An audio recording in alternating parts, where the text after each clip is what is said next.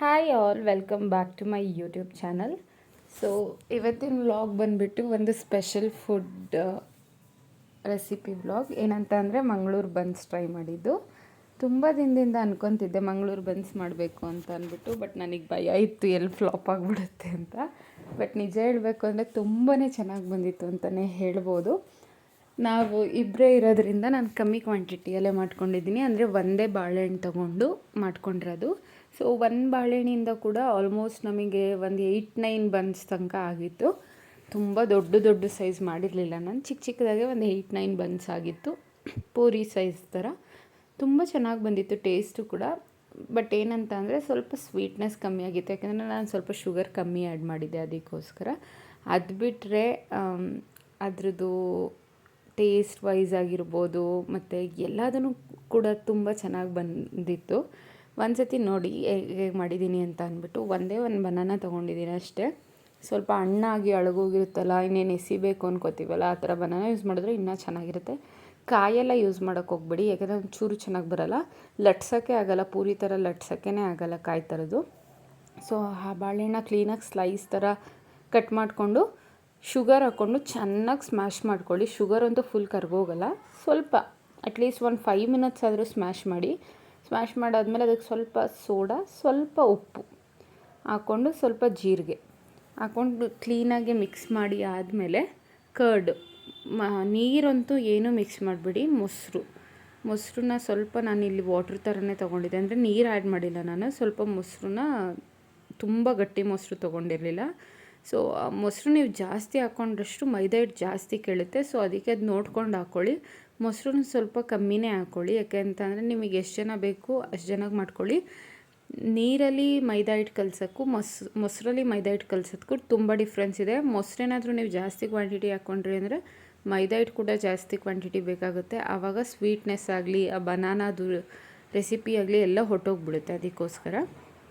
So ನೋಡ್ಕೊಂಡು ಹಾಕ್ಕೊಂಡು ಕ್ಲೀನಾಗೆ ಕಲಸಾದ್ಮೇಲೆ ಲಾಸ್ಟಿಗೆ ಸ್ವಲ್ಪ ಆಯಿಲ್ ಹಾಕ್ಕೊಂಡು ಮತ್ತು ಅದನ್ನು ಮಾಮೂಲಿ ಹೇಗೆ ಚಪಾತಿ ಹಿಟ್ಟಿಗೆ ಪೂರಿ ಹಿಟ್ಟಿಗೆಲ್ಲ ಕಲಿಸ್ಕೊತಿರಲ್ಲ ಅದೇ ಥರ. ಮತ್ತು ಓವರ್ ನೈಟ್ ಬಿಟ್ಬಿಡಿ ಅದನ್ನು, ಅಂದರೆ ನೆನೆಯೋಕ್ಕೆ ಅಂತ ಬಿಟ್ಬಿಡಿ. Over night lid close almost ಒಂದು 8 ಇಲ್ಲ ನಾನು ಮಾರ್ನಿಂಗ್ ಟೈಮೇ ಮಾಡ್ಕೋಬೇಕು ಅಂದರೆ ನೀವು ಬೆಳಿಗ್ಗೆ ಕಲಸಿಟ್ಟು ಸಂಜೆ ಮಾಡ್ಕೊಬೋದು. ಮಿನಿಮಮ್ 5 to 6 ಅವರ್ಸ್ ಅಂತಾರೆ, ಬಟ್ ನನ್ನ ಪ್ರಕಾರ 8 ಅವರ್ಸ್ ಫರ್ಮೆಂಟ್ ಆಗೋಕ್ಕೆ ಬಿಟ್ಟರೆ ತುಂಬ ಚೆನ್ನಾಗಿರುತ್ತೆ. ಸೊ ಮಿನಿಮಮ್ 8 ಅವರ್ಸ್ ಆದ್ರೂ ಬಿಡಿ. 5 to 6 ಅವರ್ಸ್ ಈ ಹೋಟ್ಲಲ್ಲೆಲ್ಲ ಮಾಡ್ತಾರಲ್ಲ ಆ ಥರ. ಏನು ಡಿಫ್ರೆನ್ಸ್ ಅಂತಂದರೆ ಸ್ವಲ್ಪ ರಫ್ ಆಗಿ ಬರುತ್ತೆ, ಜಾಸ್ತಿ ಹೊತ್ತು ಫರ್ಮೆಂಟ್ ಆಗೋಕ್ಕೆ ಬಿಟ್ಟರೆ ಸ್ವಲ್ಪ ಸಾಫ್ಟ್ ಆಗಿಬಿಡುತ್ತೆ, ಅದಷ್ಟೇ ಡಿಫ್ರೆನ್ಸ್, ಇನ್ನೇನೂ ಇಲ್ಲ. ಮಾರ್ನಿಂಗ್ ಒಂದು 10 o'clock ಹಂಗೆ ನೀವು ಮಾಡಿಕೊಂಡ್ರು ಈವ್ನಿಂಗ್ 6 o'clock ಸ್ನ್ಯಾಕ್ಸ್ಗೆಲ್ಲ ತಿನ್ಕೊಬೋದು, 4, 5, 6 o'clock ಅಷ್ಟೊತ್ತಿಗೆಲ್ಲ.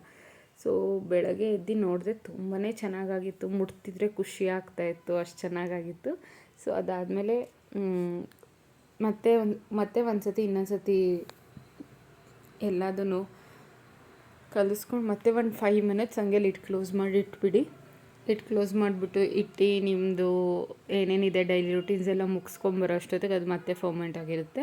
ಸೊ ಅದಾದಮೇಲೆ ಕ್ಲೀನಾಗೆ ಫಸ್ಟು ಆಯಿಲ್ನ ಕಾಯಕ್ಕೆ ಇಡಬೇಡಿ, ಕ್ಲೀನಾಗಿ ಎಲ್ಲ ಇರೋ ಅಷ್ಟು ಬನ್ಸ್ನೂ ಕೂಡ ಲಟ್ಟಿಸ್ಕೊಬಿಡಿ. ಲಟ್ಟಿಸ್ಕೊಂಡು ಆದಮೇಲೆ ಒಂದು ಪ್ಲೇಟಿಗೆ ಹಾಕ್ಕೊಳ್ಳಿ. ನಾನು ಹಂಗೆ ಮಾಡಿದ್ದು, ಎಲ್ಲ ಲಟ್ಟಿಸ್ಕೊಂಡಾಗಿ ಪ್ಲೇಟಿಗೆ ಇಟ್ಕೊಂಡು ಆದಮೇಲೆ ಒಂದೇ ಸತಿ ಬೇಯಿಸ್ಕೊಂಡಿದ್ದು.